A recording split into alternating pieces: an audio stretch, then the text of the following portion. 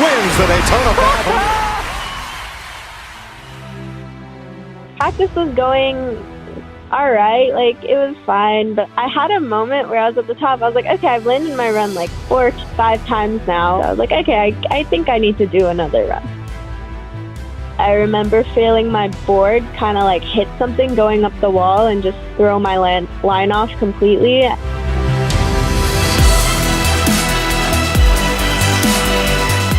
Next thing you know, slammed on the deck, dragged my face down the wall, had ice burn all over my face, and I was just crying because I was so bummed. Everyone was freaking out because it was a pretty heavy slam. I'm just really grateful I didn't land on my neck at all, but it was pretty close. The medical staff came in, grabbed me to take me to the tent to make sure I didn't get concussed or anything. The whole time I was like begging them, like asking if I can compete. I'm still going to compete. Like, can I please still compete? I got cleared, and then I was like, okay, I guess I'm just going to try. Like, nothing to lose at this point. I went back up on the sled, and it was my turn. I like just made it for my run. Here's Chloe's final shot to leapfrog Kelly Clark for gold. Backside air from Chloe Kim. So the switch backside 7 into Switch backside 7 into a McTwist, into a frontside 900. She's happy with it. Chloe Kim is your youngest gold medalist ever at an X Games winter event. Do you believe it? I did not expect that I was going to win, but I just remember like having a gold medal around my neck and just being like so shocked. Being able to get back into that contest mentality after like burning my face off pretty much, I'm really proud of that. Shit, I might not even be able to do that again today. Like, you know, it was honestly one of the greatest moments of my career, I think. Houston has made history. Kula Kyra hung up on Kurt Busch wins the Daytona 500. It's a goal you set out. From the time I was little, they could ask me, what do you want to be? World champion bull rider. That's all I ever wanted to be. Bull can take his tail and swish it up there and hit a fly off his back. He knows exactly where that guy is and where his weight's shifted to. Them bulls will feel your weight get shifted to one side or the other, and they'll turn back away from you. They're a lot smarter than most people think. Each sport's different, dangerous in their own element, but I mean, it's man versus beast. Be a cowboy and don't let go. 2015 is kind of, all right, don't put no pressure on yourself. Just go show them who you are. one of the best we've ever seen in the sport. Man, I was wearing them out. I explain it like a light switch. When that switch is on, you can't do any wrong.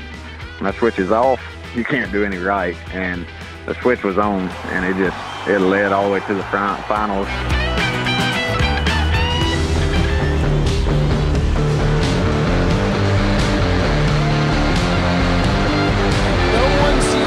More invincible than North Carolina's native son, JBay. 92 3/4. Say hello to your 2015 PBR World Champion. Anytime you're over 90 points and you hit the ground and everybody in that building's standing up, they're clapping and cheering. When you step off and you look around and everybody's like that, boy, you're 10 foot tall and bulletproof. And like in 2015, when they handed you that gold buckle that says world champion, that you were the best bull rider in the world that year, it's all worth it. Unreal. That was Isaac Houston has made history. Kula Kyra hung up on Kurt Busch wins the Daytona 500. Monster can be very disruptive in its marketing and its culture. I thought, how cool would it be to be involved with the biggest sporting event of the year this side of the Super Bowl? It seemed like a really cool, once-in-a-lifetime opportunity to be part of something. It was the most intense and stressful 2 minutes of my life. If that horse had not have won, instead of talking to me right now, I'd be back in Alabama, driving a truck or something. It was just a very stressful day. It really turned out well. because he won. He not only rode that horse to one of the greatest horse races in history, he delivered for us at Monster. When I look back on all of the performances they turned in over the years, Victor Espinoza and American Pharaoh's performance that day will always stick out in my mind as one of the best Monster performances ever.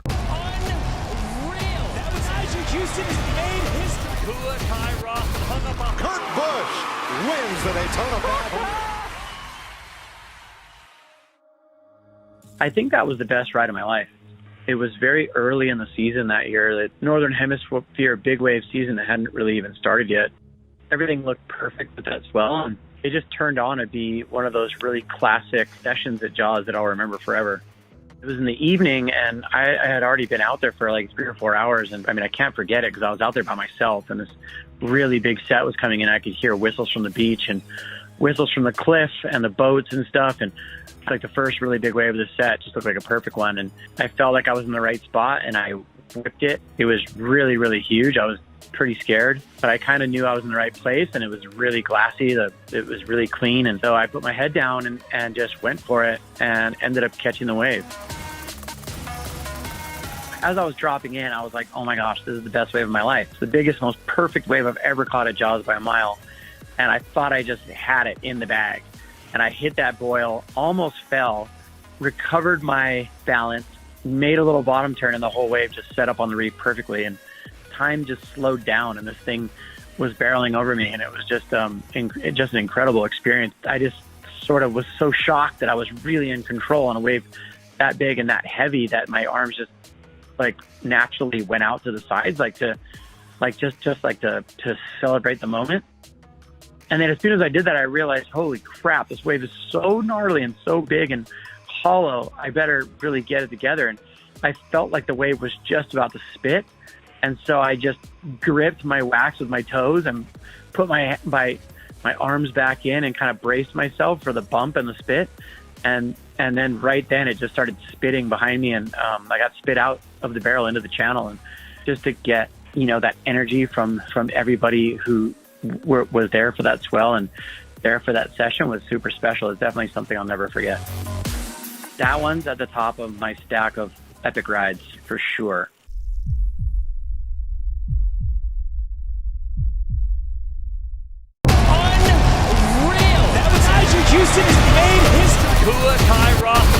Kurt Busch wins the Daytona 500.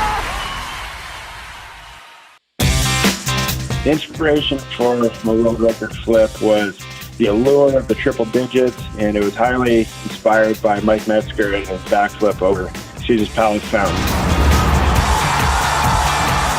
Seeing what Metzger has done, I didn't think there was any reason why he couldn't flip 100 feet on a mountain bike.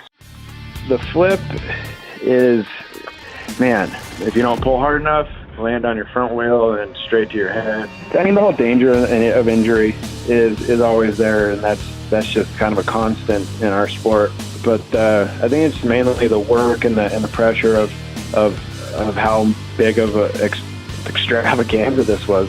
I convinced them to let my friend Kyle Strait to be able to follow me on a GoPro and a gimbal to a live broadcast. So if I crashed, everyone came there to watch it. Everyone's watching live on TV. This was like the biggest event I've ever been a part of, because it was 100% devoted to me doing something. There's no one to come right after. There's no one before, there's no one after, no chance for a second run. It's like, do it now.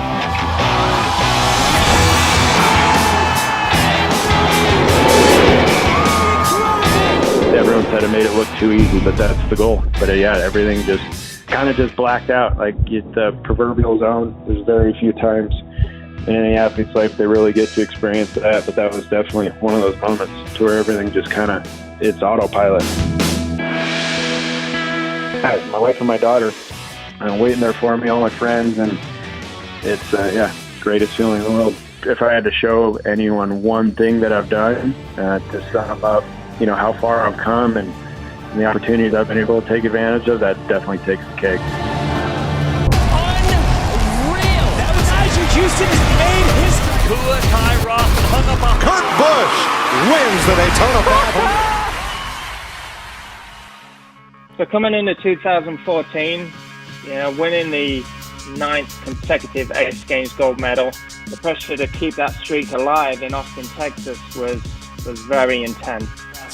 11 career X Games BMX vert gold medals. That's the most of all time in this discipline, and he's got 8 in a row. When I was on the top of the ramp, I can remember setting up for my first run. The PA announcer shouted out my name and just let everybody know that the 90 was at stake here tonight. You've got to somewhat push that aside and not let the magnitude of it consume you. They're looking to make it 9, and here we go. Starts right out with a flare look down.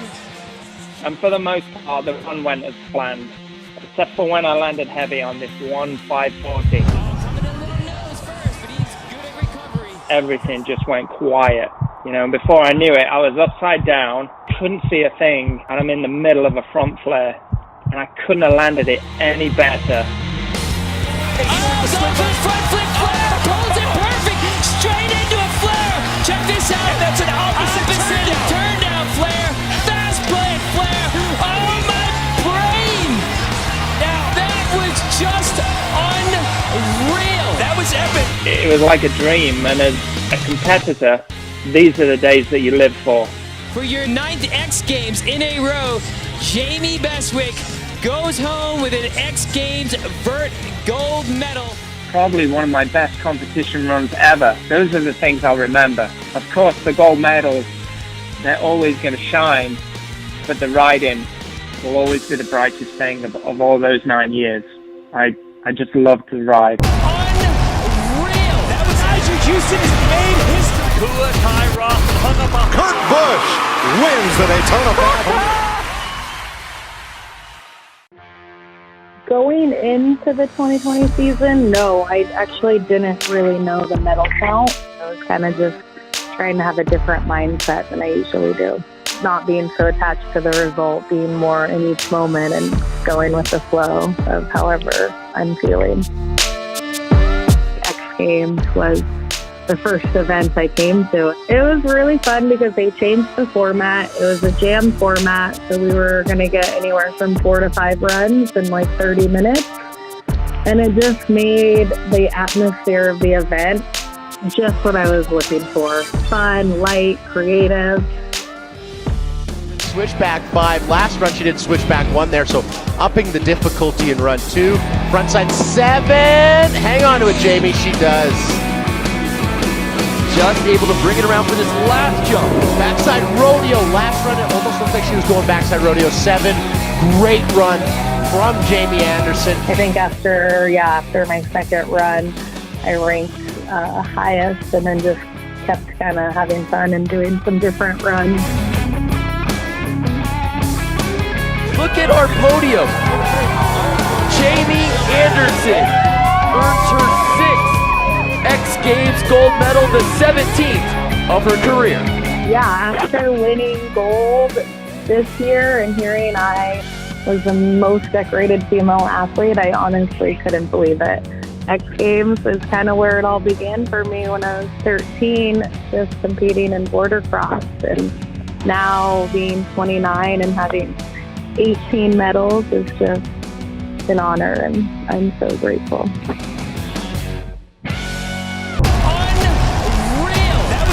Houston has made history. Kula Kyra hung up on Kurt Busch wins the Daytona 500. Action is go here for X Games Aspen 2020 and the Real Cost Men's Ski Big Air Final.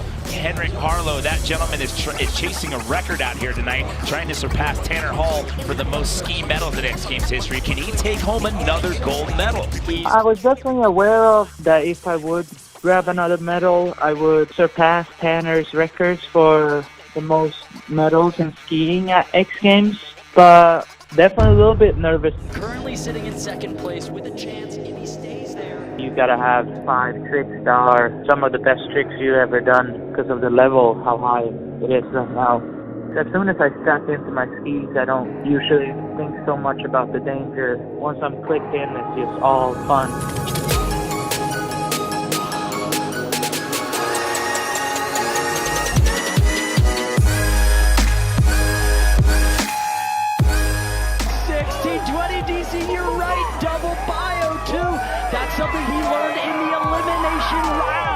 Forward double rodeo 16-20 and do 2 flips and 4.5 rotation spins, so you land backwards again. And both those rotations are in a forward axis, so your feet are behind you and head first. I landed it perfect. And then he's done it! He jumps up! Henrik Harlow winning a 6 X Games gold medal, taking over the top spot from Tanner Hall, the winningest skier in X Games history. For me to come out on top was unbelievable. Definitely have made it way further than I ever thought when I was a little kid in Sweden. Unreal! That was Isaac Houston has made history. Kula Kai Roth hung up on Kurt Busch wins the Daytona 500. Welcome to the Real Cost BMX Big Air Final. There was a point where I didn't know if I was ever even going to get invited to X Games at all. The quarter pipe is definitely the most dangerous ramp we have in action sports as far as I am concerned. And I'm thinking to myself, this is the one opportunity I may ever have to win a gold medal at X Games. You know, there's no possible way I'm not going to try this trick. It had never been done before. Again, just look at the concentration. I'm frightened to think about what James is going to try to throw into the mix here in this 4th and final run. However, you know, in my mind, it was like, if I don't land this, I might die. Here we go, James Foster, 4th and final run. Oh boy, good landing.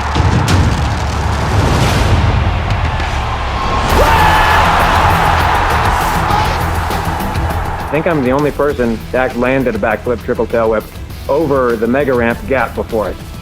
They tend to value the quarter pipe much more than the jump because the risk is tremendously higher. You kind of have to watch it in slow motion to really tell. Do a bar spin, catch the bars. You know, the first 2 tail whips are at the peak, and then as you're falling, the 3rd tail whip comes around, catch the pedals, land rubber side down, ride away. You know, it worked. It was kind of a moment of shock to the stadium, obviously, because nobody knew I was going to do that. It had never been done before.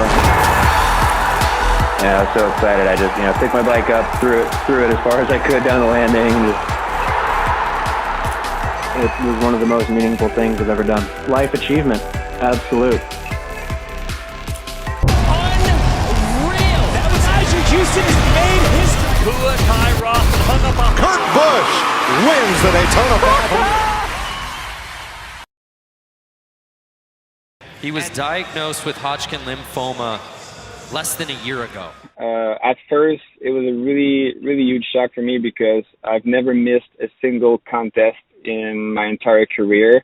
And now the doctor was telling me, well, you won't be missing only one contest. You'll be missing the whole season because you have to start the treatments right away. Obviously, life is more important than snowboarding. So at that point, I had to put my snowboard away to face this battle. Well, just 2 months removed from his final round of chemotherapy, now setting foot on the biggest snowboard contest in the world. You would think that's already a win. A big trick here would catapult him back into first place. I'm guessing front triple, and I'm guessing right. He's got to get going, and he does. Wow. And here he is, a 44 for a 91 total. And with that, Max Perot wins gold. No matter what obstacle life has thrown at Max Perot, he has overcome it and stood on the podium again, Brandon. It was a really fun challenge to do, but it's just like the Kindy on top, like nothing can beat beating a cancer. I mean, it's like the word of like you can live again,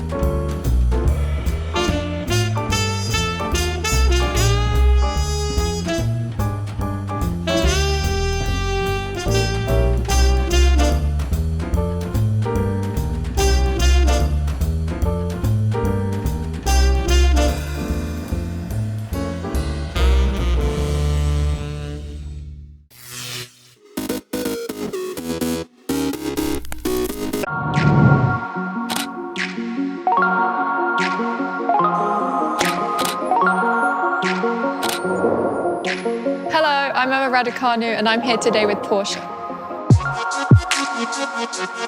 The dreams that kept me going back then were to win Grand Slams and to play at Wimbledon. For me, it's all about continuous improvement and getting better and just trying to learn and experience new things. I feel like my culture and my family background has definitely played a part in who I am and my personality and character. Yeah, when I was younger, I remember that the Porsche Grand Prix in Stuttgart was always a big tournament and a very different and unique tournament because the winner would get a Porsche, and that was very special. I love motorsports because I feel like it's just a drive for continuous improvement that I feel like is actually quite similar to tennis. Let's go. My favorite Porsche car is the 911 for sure, because I feel like throughout every generation it is so unique and so beautiful in its own distinct way, and I feel like it's one of the most iconic cars that are out there. One of my more recent coaches has a 911 vintage Targa, and you know, I just love the differences between the modern day ones and the vintage classics. And whenever I would see him every morning, I would be like, you know, dreaming of one day sitting in my own. Yeah, cool coach. Let's go. Porsche has always been in my head. It's one of the brands that I've always loved from a young age. For me to be a brand ambassador for Porsche, it means a lot because I feel like now I might be able to sit in my own 911 one day, and that was a dream that I had as a kid. But also it's really important for me to align with partners and brands that I really feel passionate about and I identify with. And I feel like because motorsports has always been a part of me, I think this partnership with Porsche is incredible, and honestly I'm really excited to see what sort of exciting things we can do going forward.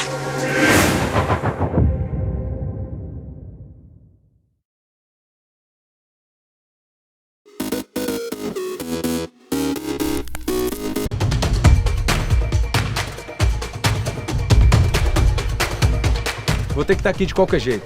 E você também pode vir comigo.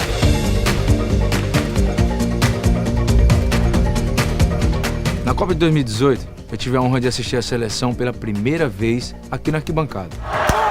Foi inesquecível, mas na próxima eu quero ajudar a seleção brasileira desde dentro. E você aqui de fora. O clima na arquibancada é muito poderoso.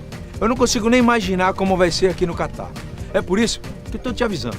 Eu não perco essa Copa do Mundo por nada. Se pode ser aqui, melhor. E se não, eu vou estar na arquibancada torcendo pela nossa seleção.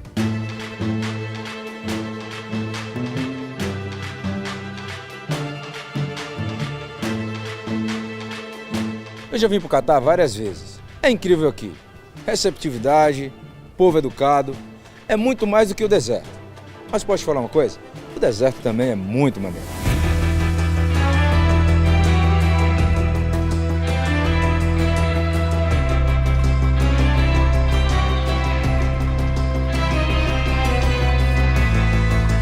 Doha é uma cidade moderna e eu gosto de vir aqui por esse contraste contemporâneo e histórico.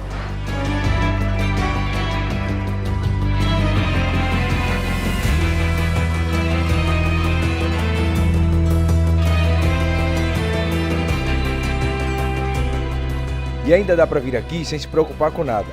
Dá só uma olhada nos pacotes completos que a Qatar Airways Holidays tem para a Copa do Mundo.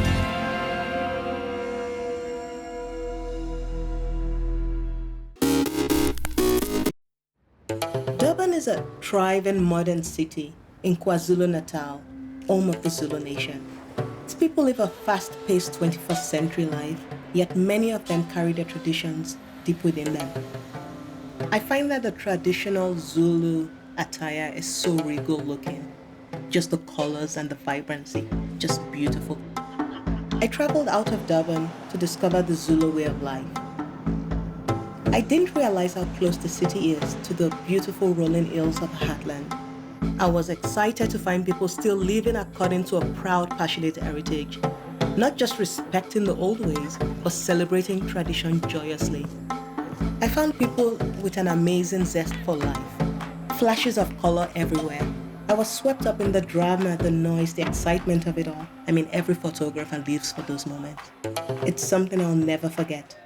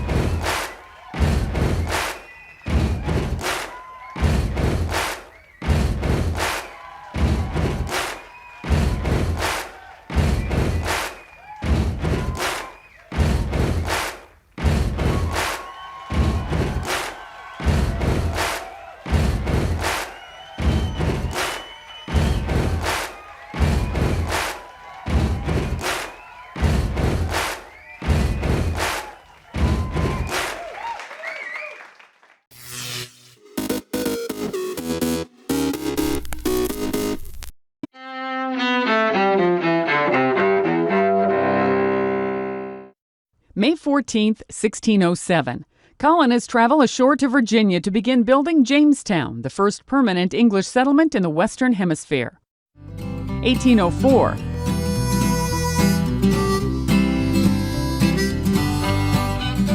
Meriwether Lewis and William Clark leave St. Louis on their expedition to explore the Louisiana Territory in what's then America's uncharted West. 1948. In Tel Aviv, the independent state of Israel, the world's only Jewish state, is proclaimed as British rule in what's then known as Palestine comes to an end. 1973. 3, 2, we have ignition sequence start, all ignition. NASA launches Skylab, America's first manned space station, into orbit from Cape Canaveral, Florida. 1944. Movie producer George Lucas, whose films include the Star Wars series and American Graffiti, is born in Modesto, California. And 1998. Singer and actor Frank Sinatra, also known as Old Blue Eyes and the chairman of the board, dies in Los Angeles at age 82. Today in history, May 14th. Sandy Kozel, The Associated Press.